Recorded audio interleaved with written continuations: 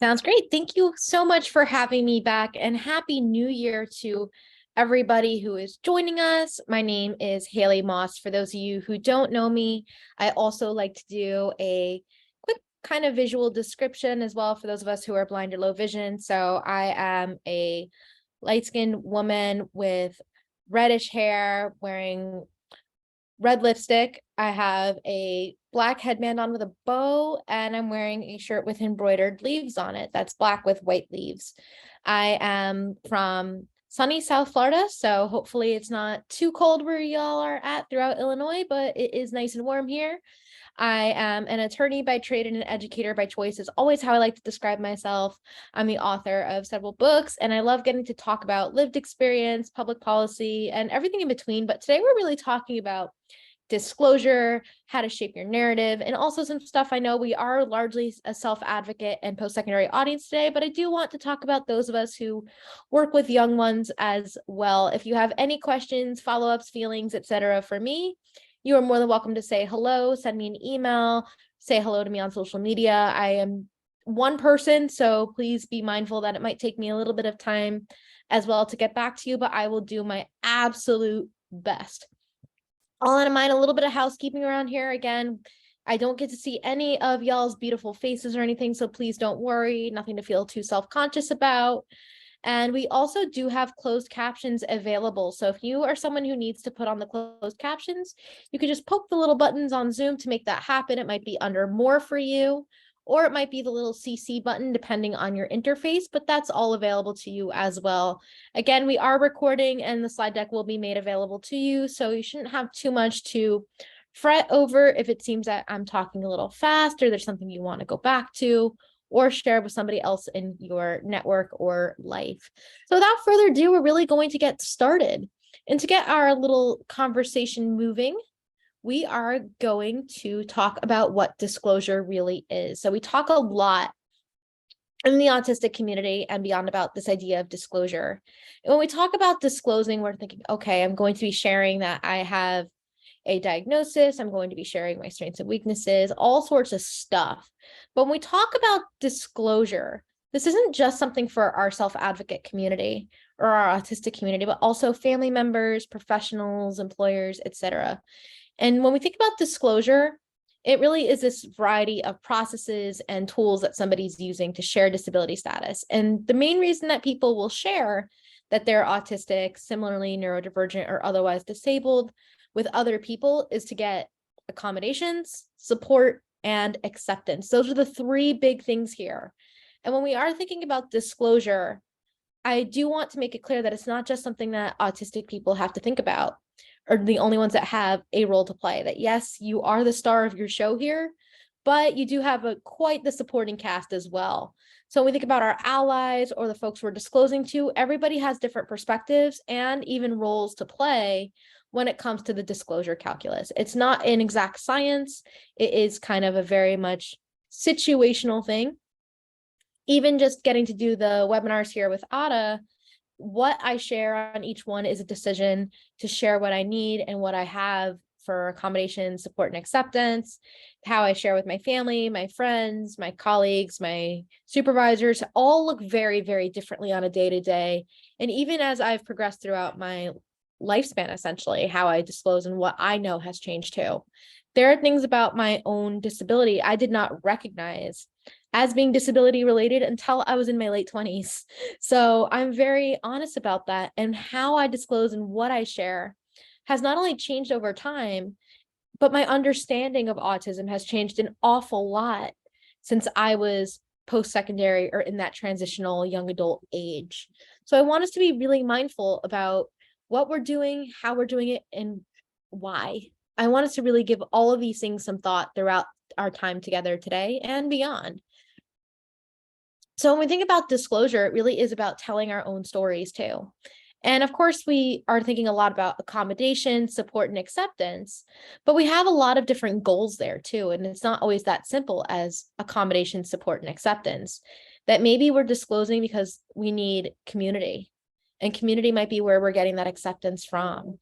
And when we think about support, support means a whole lot of different things too. It can mean that we're looking for more information, that we need some advice and direction, we need solutions like accommodations or guidance or assistance, or we just want to feel validated in some way, shape, or form.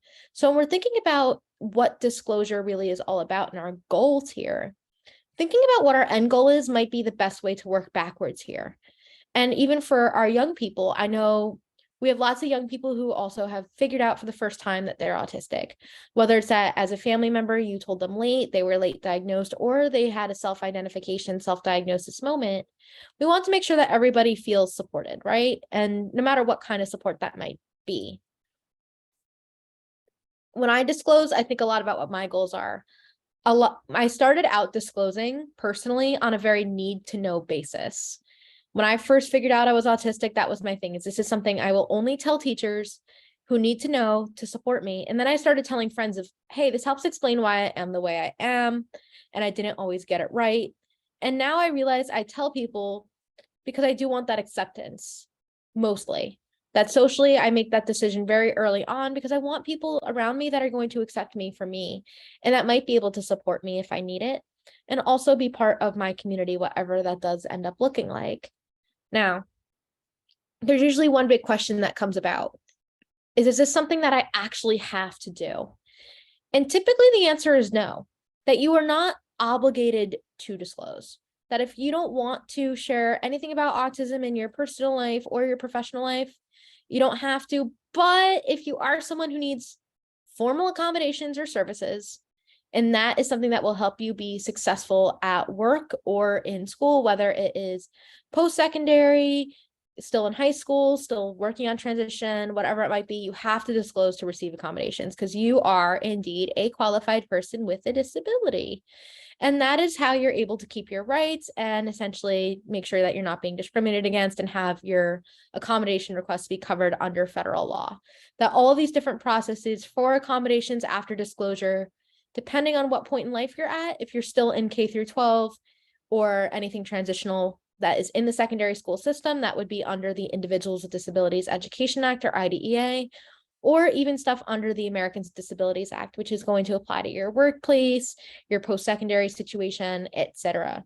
So keeping that in mind is there is no must disclose unless you do need accommodations and services like that. Keep that in mind. So if you're thinking about, do I have to tell a therapist? Do I have to tell a friend? Should I tell my professors? Should I tell the person that I just went on a first date with? Because I know that's something that's always very much of an interest to our young people. The answer is you don't have to, unless, of course, you want to. And many of us do want to disclose. There's so many reasons behind that. You don't want to lie. You want someone to understand you. You want to give context. Maybe this is something you're very proud of. Everybody has a very different relationship when it comes to disclosure and when it also comes to autism and neurodiversity. I also like to make sure that no matter how we're doing this, it feels right. So just something to kind of keep in mind as well. And situationally, nothing is the same. That how and when we disclose with different people looks different. That I know in my life, there are times I've made this a very serious, drawn out discussion and I've shared a lot of information. There are times I've not shared a lot of information, or I'd just be like, yeah, by the way, I'm autistic. So I think about this a lot because over the holidays, I was actually home with my parents and I was out at a store shopping with my mom and I was buying clothes. And I said something about how a shirt that she was telling me to buy would look really good on a Zoom webinar, actually. And the clerk nicely asks, oh, what do you do for work? And usually I'm a little hesitant to disclose to strangers what I do for work. Not because I'm ashamed of it or anything, but I don't think it's any of their business to know that I have a disability. It's not evident by looking at me. And I really just want to get out of the interaction. I just want to shop. I want to buy my shirt and leave. That's kind of how I feel. Shopping during the holidays is overwhelming enough. So in the moment, all I said was, I'm an attorney. I just left it there. I didn't want to say, I do a lot of education. I consult, I do disability work, because then people always ask follow-up questions. But my mom, in her infinite wisdom in the moment, was talking about what I do a little bit more. She's like, oh, she does all this great stuff for people with disabilities. And then, of course, the natural follow-up question when you say that to a stranger is they always want to know how you got into it, because it just sounds so off the beaten path. And then I inadvertently end up having to disclose to somebody I will never see again, most likely. and it just is an uncomfortable situation. But I didn't want to make that choice. And sometimes it's hard when other people make it for you. But I never shared any specifics, and neither did my mom. But still, I ended up finding that I was in a situation that I had to be identified or identify as a person with a disability, even though I didn't necessarily want to. But then there's times in passing, I might say something to my friends like, yeah, it's definitely an autism thing. And that's it. So every situation that I've been in, whether it's at work, whether it's in passing, or whether or not, all looks completely different. I know some folks have had to disclose because they elected perhaps to get a developmental disability marker on their driver's licenses for law enforcement purposes. And then it shows up when you say, go to buy alcohol or something at the grocery store, and somebody asks a question. That things like that can happen, but keep in mind situations look very different with different people and contexts. Context is key when we're talking about disclosure. So what are we doing? And a lot of where I start with this is usually with family members and parents. So when I think about this, I know that a lot of us have older children or adult children, but I still like to think about this with young ones as well. And a lot of family members might do things correctly, or they might do things incorrectly, depending on the context as well. So often what parents will ask me is, who do I share this with, and what do I share about my kid's disability, especially when it comes to autism? And I always tell them the first things to do is consider balancing your interests with your child's interests. And this also goes for adult kids too. So thinking about, the interaction that I had at the mall, that maybe my mom's interests were just that she was trying to share that she's proud of me and I do great stuff because she thinks what I do is really cool. But also my interests were that I just wanted to buy a shirt and not have to have a conversation. That when we think about our interests, they might be very different. Is that perhaps it's a moment in time, maybe it's an interesting fact, maybe it's something else. But consider balancing the interest, because sometimes it's not appropriate or doesn't feel appropriate, or the other person might not want to be sharing that information. I also really take a big point in considering our relationship with somebody. So when my parents, for instance, talk about my autism with, say, my grandparents or other relatives, they're going to share a lot more details naturally than, with, say, the store clerk. Makes sense. So considering that relationship also depends on what we might be sharing and what feels safe to share.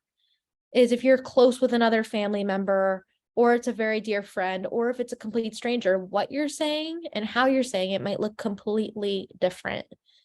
Now, I also am very mindful about potential support. And sometimes the best times that people have overshared on my behalf, and when I was too young to consent, and it was someone who could be a supporter. So whether that's a teacher, whether that's a therapist, a psychologist, an OT, whoever that might be, that someone who might be potential to support, maybe knowing what my access needs are might be really important for that person. And of course, telling them that I'm autistic so then they're able to better support me. I also think about the purpose. So think about when you're going to be sharing disability information about your children or a family member or somebody who isn't you, why you're sharing that information. And I think about this especially today in the age of the internet, because there are a lot of sometimes good, sometimes bad parent influencers who share an awful lot about their kids' disabilities, sometimes because they want to help others, because they have sponsorships with brands, or just because they want support, they want someone to feel bad for them, they want to feel like they're not alone, they want to create community. Everybody has different purposes of why they're sharing, or they're sharing because, like thinking about the small example I gave, they're proud of you, or they are trying to get you support. Everybody has different reasons. But one of the biggest things, especially when we talk about not just the internet, but also with sharing in general, is about consent. And I take consent very seriously, especially with our non-speaking and AAC using and semi-speaking populations. And I know this sounds sometimes counterintuitive as you're thinking, Haley, how is someone who doesn't talk going to consent?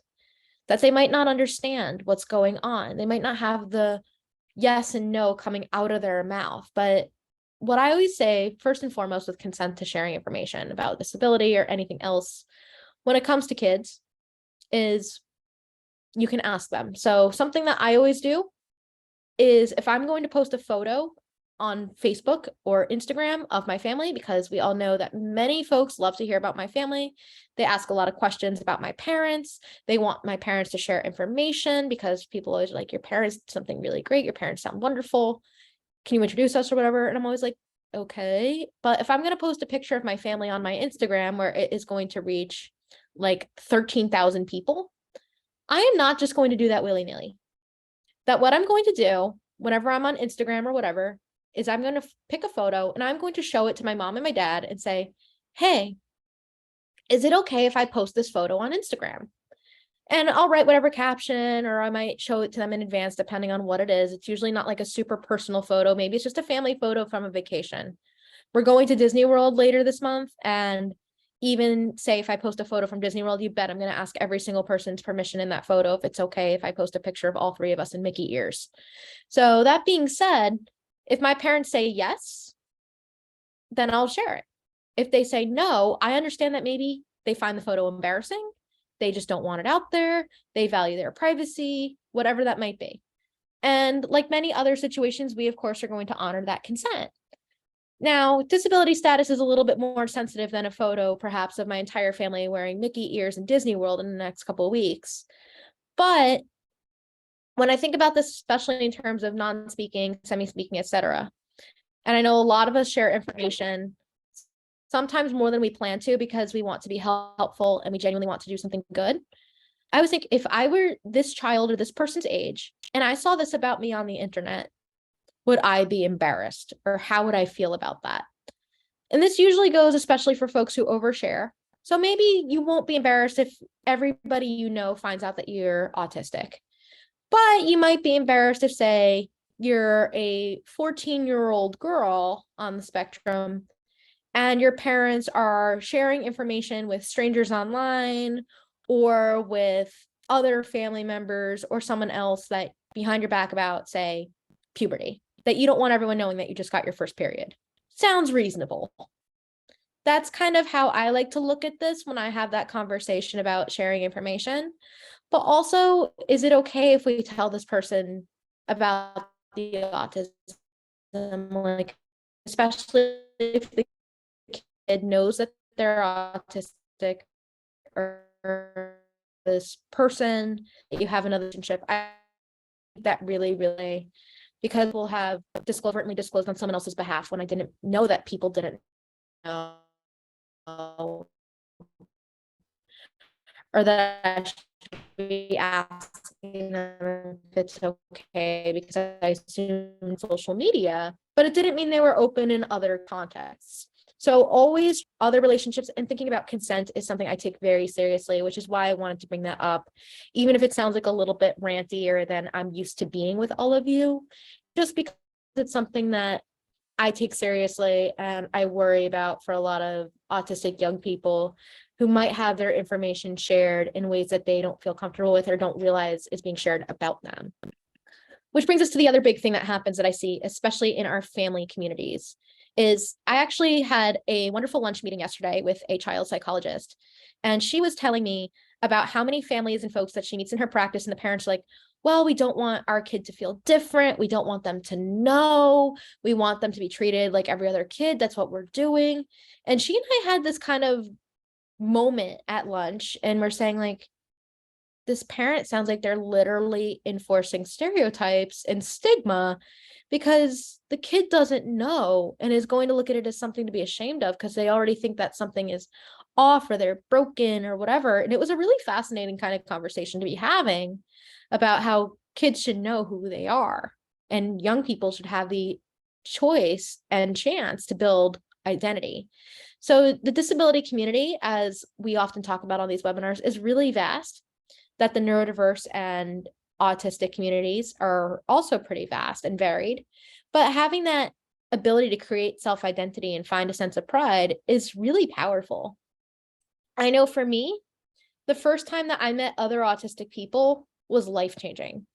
Like, I was 13 years old, I was at a conference, and I met an autistic college student for the first time. And to me, it was the most amazing thing I had ever seen. This student was living independently. had a dog, was taking classes, and it was the first time I actually knew an autistic person going to college. That they single-handedly made me think I wasn't alone because I knew I wanted to go to college someday. That having that sense of pride in my people, realizing that I was part of something bigger than myself and that I had not been as alone as I had previously thought was massive. And of course, my understanding of self-identity in neurodiverse communities has changed drastically since I was a teenager.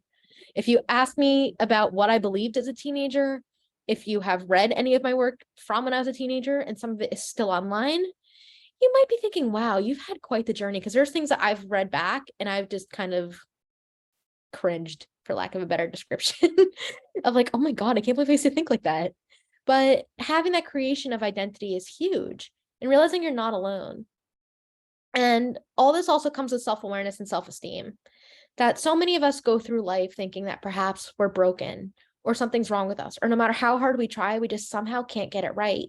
But realizing that neurodivergence or autism is why certain things are difficult for us or certain things we're really good at is huge.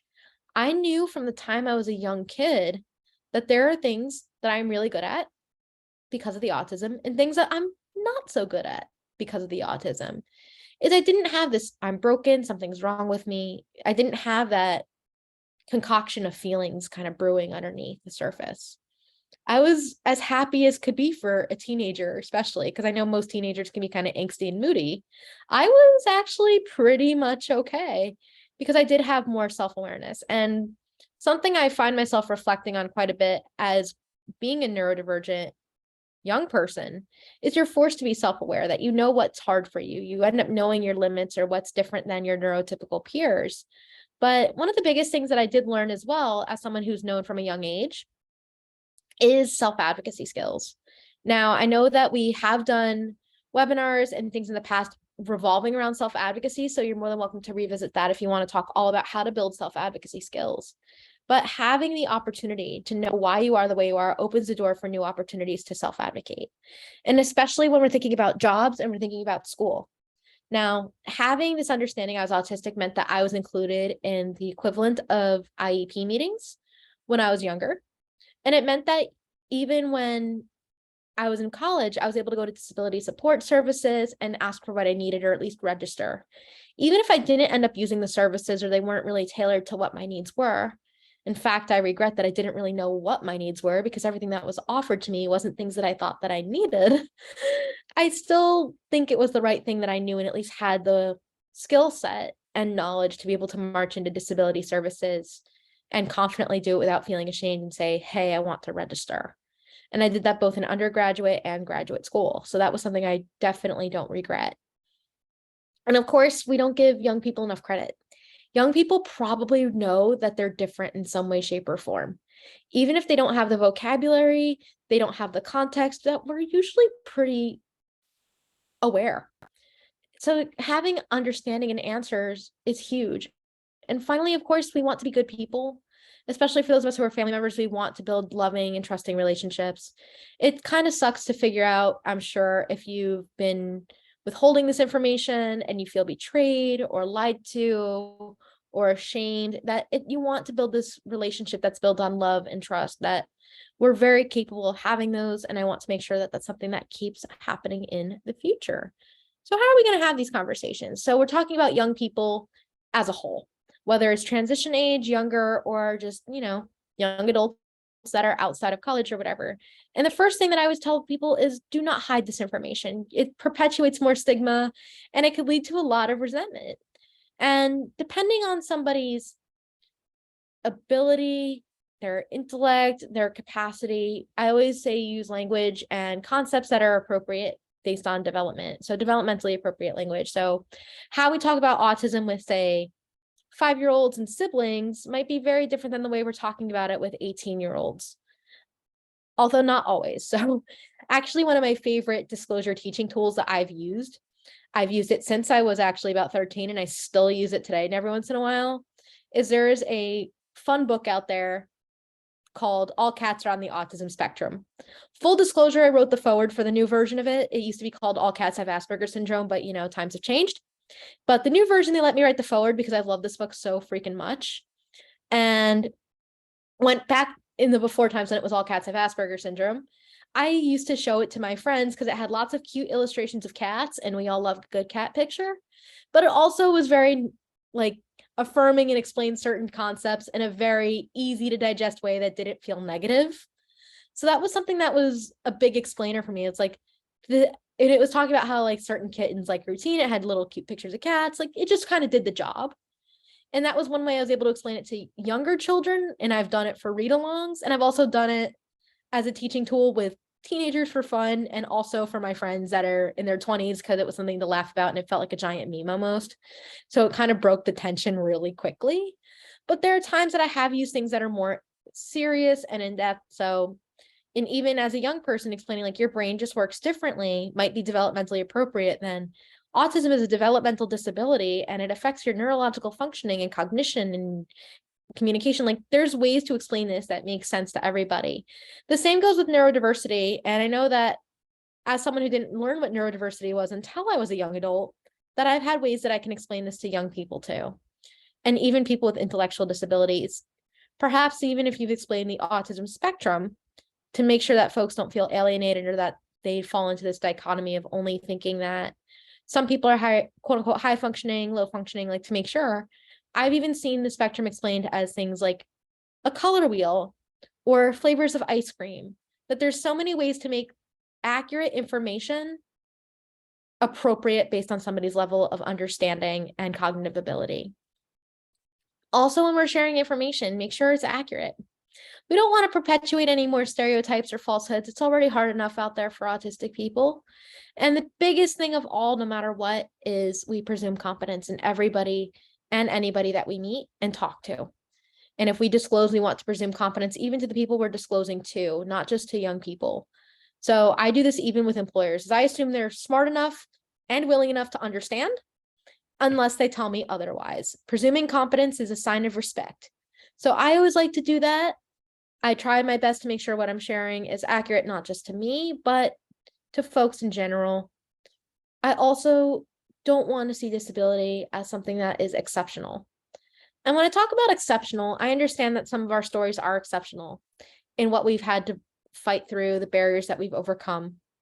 But I also have been very fortunate that disability was something that was very normalized in my house growing up. So it wasn't something uncomfortable to talk about. And I know there are many reasons that we might feel uncomfortable, maybe taboo, maybe we look at this as a bad thing. There's a lot of things we might have to work through. For me, it was very normalized because I have a neurodivergent parent. And I also have people with physical disabilities in my family. So my grandmother had multiple sclerosis. Like I was very used to being around different forms of disability, knowing that I have a neurodivergent parent and on top of having a physically disabled grandparent and that were around. So I was very used to disability. It wasn't something I was ever ashamed of or afraid of. It was something I just kind of knew existed. And that's just how it was. It makes it a lot less scary than thinking you're the only one and this is some horrible secret or curse or something. It makes things easier. So I always try to normalize it. And the same goes for us as educators and professionals, is we want to normalize it in the discussions that we're having too. So when I teach college students, I try to give them different literature, different resources, and things that just include people with disabilities regardless. So one of the shows that my students have taken quite the liking to actually is called The Sex Lives of College Girls, and it's on HBO. And there was a character, although she's a minor character, who is a wheelchair user. Just interesting things to think about when we're normalizing it in the stories that we tell, the people that we know, and a broken message really comes across. And also when folks have questions, especially if it's autistic people learning about their identity for the first time, please give them space to be curious and answer the question. Now, if you are an autistic person and you are talking to and disclosing to some folks, naturally people are in questions. If somebody is asking me questions about my own disability, I can set boundaries. And setting boundaries is not always the easiest thing to do. So I get lots of parents, lots of folks, lots of educators who will ask me very invasive things. And while I understand and respect their curiosity is there for a reason, it is not always my place to answer that. So when I was growing up, or if I asked my parents questions at this point of, did I do this as a child? That's very different than when Joe Stranger comes up to me after a talk and asks me what medications I'm taking. If I asked my parents, what medications did I take growing up, because I might not have known if I was on medications as a 6-year-old, for instance, that's information that should not be withheld from me. That's my own journey in medical information. Joe Stranger has no right to know that unless I feel comfortable telling Joe Stranger what my medical history is or was. So trying to keep that curiosity caveat in mind as well. So when we're talking about ourselves or asking questions about ourselves to form our own identity and understand our journey, please answer those. If people are asking us questions about ourselves that we don't feel comfortable answering, that is totally fine. Boundaries are important, folks. Moving right along. We have all sorts of great tools to use to share about neurotypes and disabilities. So something that I always like to do is there's some really great shows, books, things that feel inclusive. We can put together a list perhaps after our talk today. And also, if there's people that you know in your life who are neurodivergent or disabled, having them even just to point that as an example is huge. I wish that I had known more neurodivergent people when I was growing up, or more disabled people other than who I knew in my own family. But I wish I had known there were role models and folks that were doing the thing. And I feel very grateful now that I have friends who are colleagues or parents that will literally talk to their kids that I know and talk about me. And then they're like, oh, okay, that's so cool. Like, we share something in common. So don't be afraid to tap into the folks that you know in your life. And if you happen to be friends with autistic people, please be friends with us. And that is something that will also inform your perspective. I always say, I love making friends. I want to be friends with people. And I promise we all have something to learn from each other. So that aside, how did I get here? I always like to share a little bit of my journey with this. Is my parents taught me about autism when I was 9 years old. I was absolutely enamored with the Harry Potter series. And one day over the summer, it was right before about 4th grade, my parents come up to me, my mom in particular, and she says, you have magical powers just like Harry Potter. Being 9 years old, of course, I'm going to buy this. I totally believe it. And we end up having this really deep discussion about how autism is one of my superpowers. It was appropriate for 9-year-old me, and explaining how, like Harry, I was different from the people he was around. So he was a wizard in a non-wizarding household, and he was still the hero of the story. He still found acceptance and friends and all this good stuff. And for me, that was really profound. And it was the most appropriate way to describe things in a non-clinical way to me at 9. And of course, as I've gotten older and spent more time in this brain and body, I've learned an awful lot more than just I'm different. But just understanding and having something to relate it to that I loved made a lot more sense than my first introduction to autism. My very first introduction, the first time I heard the word, was from the Babysitter's Club series. And the Babysitter's Club's book on autism was called Christy and the Secret of Susan. And Susan was largely non-speaking, savant, and the book was written in the 90s. It's very dated. It's kind of ableist at worst. Actually, it's pretty ableist the more that I look back on it, which is the talks of special and that she's getting bullied and taken advantage of, and that Christy thinks she's going to like save this kid. And I had nothing in common with this character. So I was very confused just by the word choice. But the more I learned that that might not always be right. So being mindful of representation and whatnot as well is huge. Now, I know we talked a lot about everybody else around us, and we have an awful lot of self-advocates here. So let's talk a lot about how we could be better at this as self-advocates and autistic people. Is when we're thinking about disclosure, we have a couple main situations where we're doing this. Is we're doing disclosure and learning for our own self-acceptance and identity. I think about those of us who spend a lot of time in community, online, are doing our best to learn. We're thinking about disclosing at work. We're thinking about our friends, our family members, our personal and romantic relationships, and of course, school. It's not a perfect exact science, but thinking about how and why we're disclosing and what we're working on, sometimes even disclosing to ourselves is huge. Is you might be thinking, oh, I'm anxious.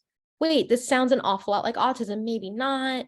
And then realizing I'm autistic or that I might be autistic. Like that's a huge, big self-disclosure even. And even thinking about how we talk about this with managers and colleagues and everybody else, I really think about late diagnosed and self-diagnosed folks an awful lot in this conversation. But I want to make sure that we're inclusive of all ages, stages, and where you are in your own personal journey. So when we're thinking about us as self-advocates and autistic folks, I do want to remind you all that disclosure is a highly personal decision.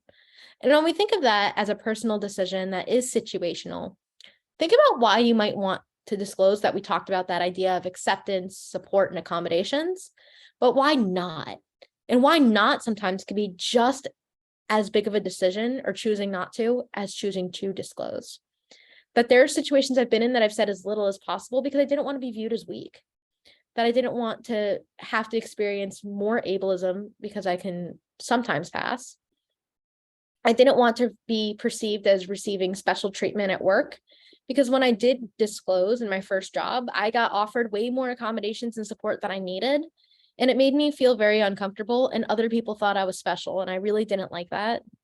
I also struggle with internalized ableism, which, if you're not super familiar, when we talk about ableism, we're really talking about prejudices, stereotypes, and discrimination against people with disabilities. And when you internalize that, it's kind of like the worst version of imposter syndrome you'll ever have.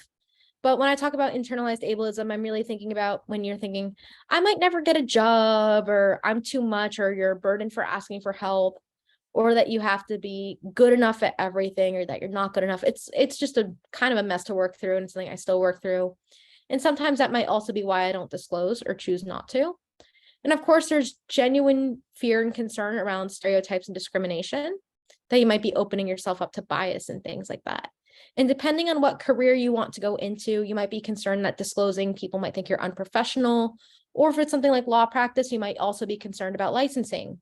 And I always bring this up in the context of law practice because sometimes they're allowed to ask you questions about your mental health. I think they're discriminatory, just kind of heads up. And that's my little personal soapbox. But they can ask you some of those questions. It feels very discriminatory to me. And you might not want to share any of that. And it could also impact whether or not someone does like a character investigation or that you can get licensed. It really just depends on where you live and what other coexisting conditions you might have. So just things to keep in mind when we're talking about why or why not. But no matter what you decide, it does not make you any more or less autistic or neurodivergent. It's a completely personal decision that is valid and to be respected no matter what the context. I just really wanted to throw that out there. So what I like to do when we're thinking about disclosure is I like to shape a narrative. Because the first couple times that I've disclosed in my life were absolute dumpster fires, to be completely honest with you. That the very first friend I chose to disclose to, I was about 13 or 14. And I was so afraid and made it super formal and felt like it was this deep, dark secret. And I'm pretty sure I scared the living daylights out of this teenage girl. And I kind of regret that. And I made her feel like she probably had to carry this huge secret and scary thing. Like I turned into like an ogre at night, like the Shrek movies or something. But I still realize now that my reasoning and how I do it makes a huge difference. So I realized I just wanted her to accept me. And also I wanted to feel like I could tell her a secret at the time. But now my reasoning has changed very, very drastically. And how I share this information also depends and can influence how others react to me. That when I made it this really big blown up secret and big deal, it put a lot of pressure and made my friend feel uncomfortable at the time. But now I've had disclosure where I just am like very nonchalant about it. And oh, by the way, and nobody cares. And then there are times that I've had the very serious conversation, like at work and stuff, and people are very curious, or they just want to help. Or if I sound too nervous when I do it, somebody feels sorry for me. So I think about even the way that I've had to disclose recently. So I mentioned in the past that I'm going to Disney. And for those of you who may or may not know, with theme parks, they have disability access because lines can be overwhelming for some of us. It's a sensory nightmare for me to wait in line. So when I had to register for it, they make you meet with somebody and they will ask you why you need it. And I've had to explain, like, I'm autistic, and I'd have to explain about meltdowns and sensory issues, and it feels very overwhelming. And while I know that the reaction is going to be non-judgmental, other than just to make a determination if you're a fit for a disability assistance in a theme park, it's still a moment that you're thinking, this is very vulnerable. This is my reason I need the assistance, and I need to make sure that I am able to advocate for myself enough. But I also know that this person on the other end is not going to be judgmental, that they're not going to make fun of me. I don't need them to be my best friend. I don't need them to be super accepting. I just need help getting this thing or accommodation that I need. So thinking about how we say things, what we say, where and who, all of these things, kind of like writing a story, helps an awful lot. And there are times that when I tell my story or what stories I want to tell, I might start at the beginning, because sometimes I get asked to talk about my childhood when people ask me about my autism. And there's times I might just say, I don't really think it's that interesting, that I might decide to tell you more instead of I was diagnosed at 3, blah, blah, blah. I might tell you more about where I am today. And I'll be like, I'm autistic and I'm also a lawyer. I love video games, love Taylor Swift. I love Disney. I love all sorts of other stuff. I have friends that I enjoy. I have a career I like, blah, blah, blah. That I might share other stuff. And that also influences how people react, because they don't view me or perceive me as being super different, that they see that we have more in common than not. So thinking about our narratives and how we do this can also have a tremendous impact on the people around us. It's a kind of scary thing to think about, but once you get it down, it makes it a little bit easier too. And of course, everything is context dependent. And usually most people are pretty supportive, at least in my experience, and they usually are accepting unless they are not. But at the very least, most people tend to be curious. And like we talked about with curiosity, that means that sometimes they can be infringing on personal boundaries, and it's up to us to advocate for ourselves. But most people genuinely are curious. They have questions. Disability is taboo enough that they don't usually know somebody. So yes, people might ask you questions that you don't feel comfortable answering, and it's up to you to say you don't feel comfortable. And of course, the questions that come from strangers, I have very different boundaries on than questions that come from people I genuinely know, love, and care about. And of course, if someone is unreceptive or mean, that's on them. That's not your fault.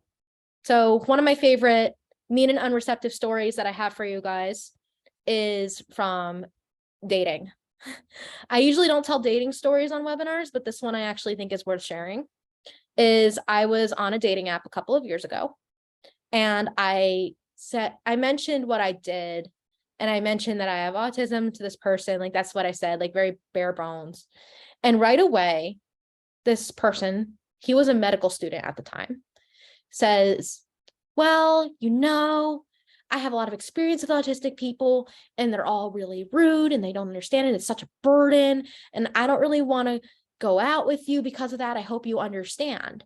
And it was very rude and brash, because we had these great conversations beforehand. And then just seeing this full-on bias and prejudice on full display was one of the wildest things I had ever read. And then 2 days later, the guy texted me asking if I want to meet up, because he wants to, get laid, essentially. And I just remember being incredulous, and I told him, like, please never contact me again. But there are people who are unreceptive and mean, just like that guy who I never spoke to again. And when that happens, it's not something that you did wrong. And it could have been me thinking, I should have not disclosed until we actually went on a date, perhaps. But then I would have found out that this guy was this biased jerk, and I would have had to go out to dinner with this person or something, or a movie. Like, I'm glad I found out sooner than later. You know what I mean? And I share that because it's really not my fault. I thought maybe it was for a little while, and I realized it wasn't. That if people are not supportive, or they're unaccepting, or they don't seem curious or supportive, it's not your fault. Do not apologize for being yourself, for having a disability, and do not apologize for somebody else's ableist actions and opinions and words. That is not a reflection of us. And I think that's something that we often forget. So I really wanted to kind of share that when we talk about when people react. But most commonly, there is a curiosity that comes along with being supportive and accepting, that most people do have limited experience or don't know what we know. So of course they want to do better. And sometimes they expect us to help them along the way. And other times they just get it wrong in their attempts of being curious and ask things that maybe they shouldn't, or they should reconsider their relationship with you.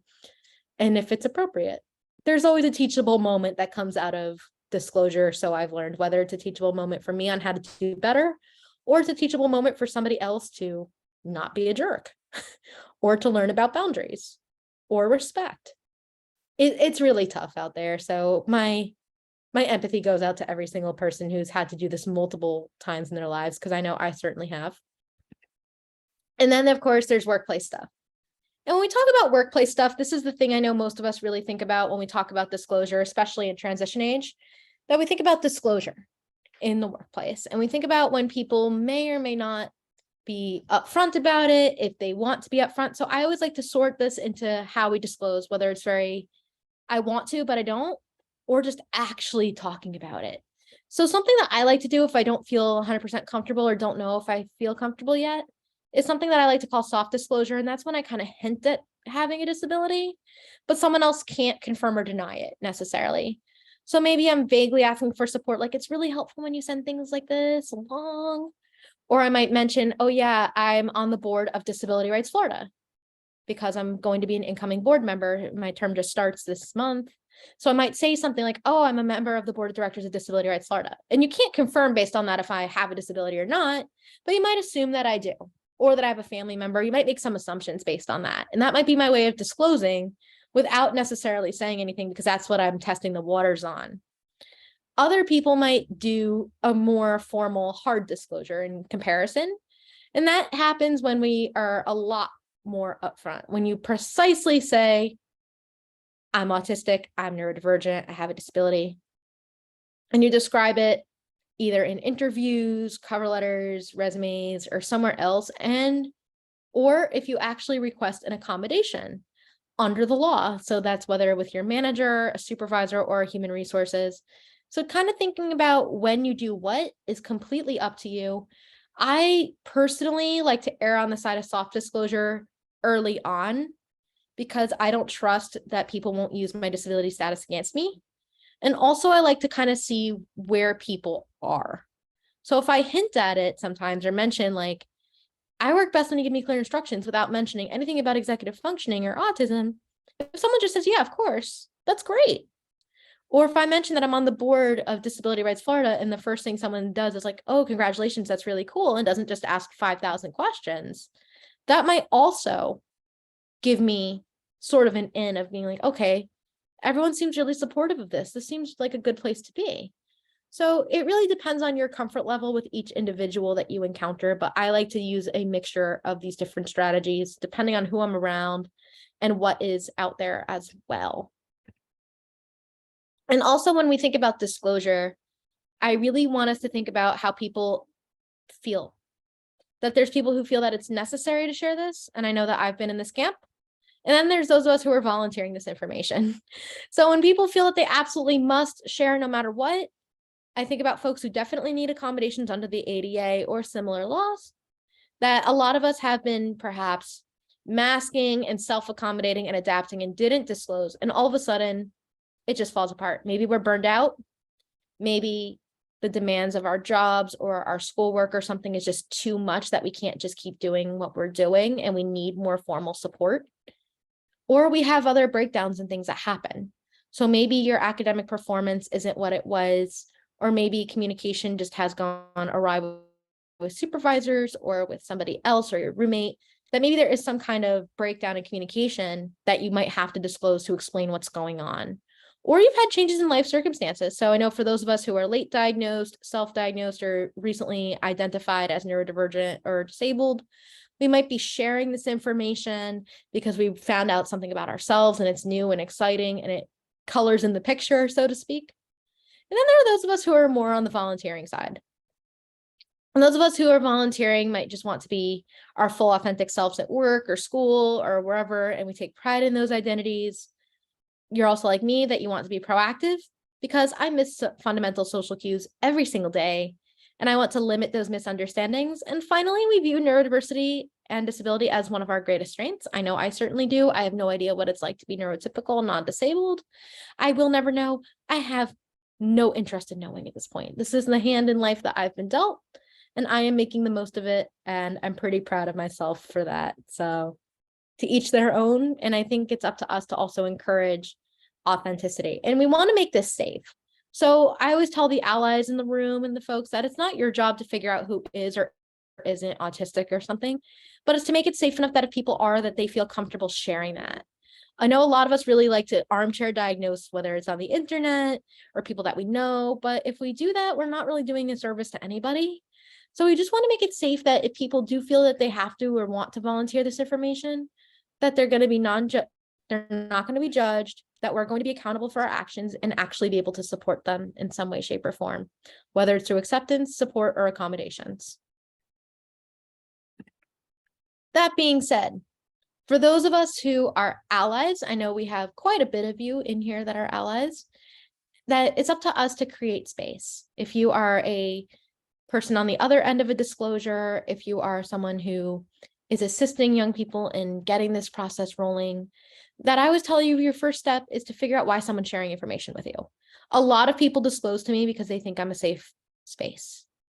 People I don't know will disclose for the first time to me usually.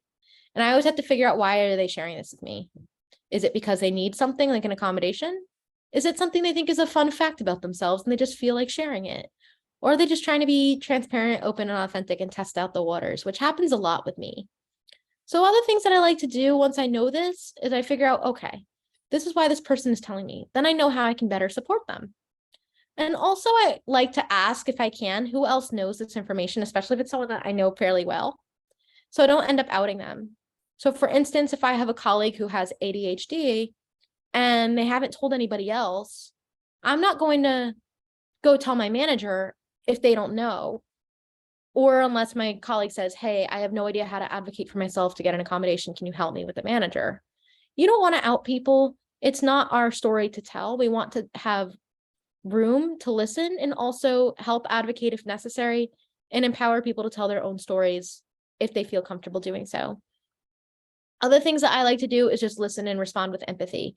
It takes a lot of vulnerability and trust, and sometimes courage, and sometimes just swallowing your pride to disclose. Sometimes it makes me feel very vulnerable. It makes me feel like I have to trust strangers and friends and people in between. And there are times that I've chosen not to disclose to people that I really, truly care about because I don't have that level of vulnerability and trust. So this is actually one of the cases with one of my closest friends. And it sounds almost like a misnomer when I say that, because you're like, how is this someone that you're really close with that you don't talk about your own disability with, like, at all? And it's because one of the very first times I did have a serious conversation with this person about disability and autism, he goes, well, I don't see that. And it just made me feel really, really invalidated. And I just never had that vulnerability that it was safe. So please be empathetic. Even if you say something like, I don't see your disability, it just doesn't help. So you just want to listen, do a lot of listening. And empathy, think of like, that must have been brave, or thank you for sharing with me, or that must have taken a lot, or what can I do? So every time people ask me what they can do or what to say, this is my go-to. Even if I have no clue, because some of my favorite things people say to me when I disclose are things like, I don't care. And usually I say, when someone says, I don't care, it always sounds very kind of crude, but it makes me happy because it doesn't change our relationship. And I know that's not really the goal. It makes me feel guilty that I look forward to indifference as a reaction. But the best reaction that I get is one that has empathy. And one of the best things that people have ever said to me when I've disclosed is, how can I support you? I don't always know the answer to this question, but it signals at least you want to try, you're willing to learn, and you want to do the right thing. So I always keep that in my back pocket. This, how can I support you? That maybe that means I need to listen, I need to slow down. Maybe if something is too loud, I can help you get out from a sensory nightmare. All sorts of different things. So think about how we could just support one another and create a space that everybody feels safe and welcome, so that they too have the ability to feel supported, loved, accommodated, and are able to advocate for themselves. This makes me really excited, and I'm excited to see what happens next and how we continue to create something that feels safer and more validating for all autistic people. I made sure that we have some time as well for questions, comments, concerns, and everything in between. But if we do or don't have everything, I'm looking forward to hearing from each of you, learning more and going through this journey together. And I thank you all for spending part of your day learning with me. And I thank you all so, so much. Awesome. Thank you so much, Haley, for this great session, another great session.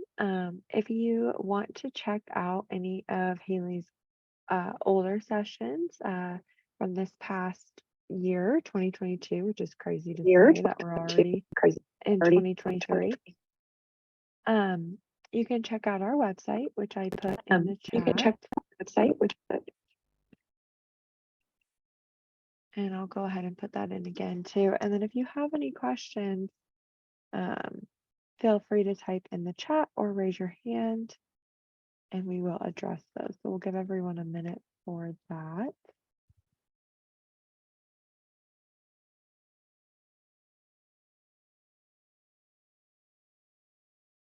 So our website is in the chat there.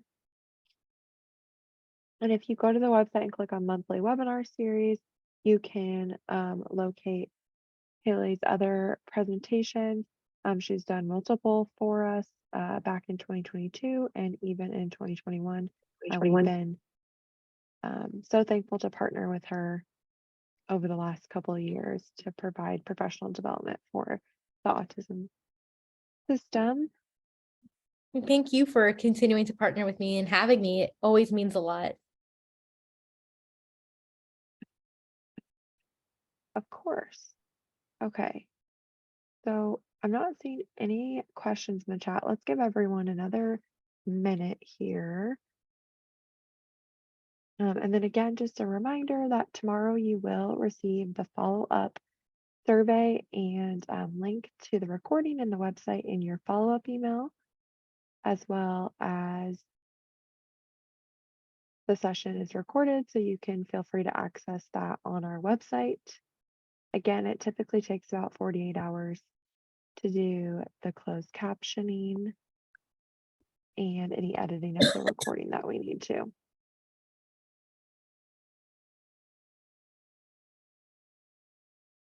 All right, well, if there's no questions or comments, we can go ahead and close out. I don't see any. Thank you again, Hallie. We wish you safe travels as you go on to your next speaking endeavor.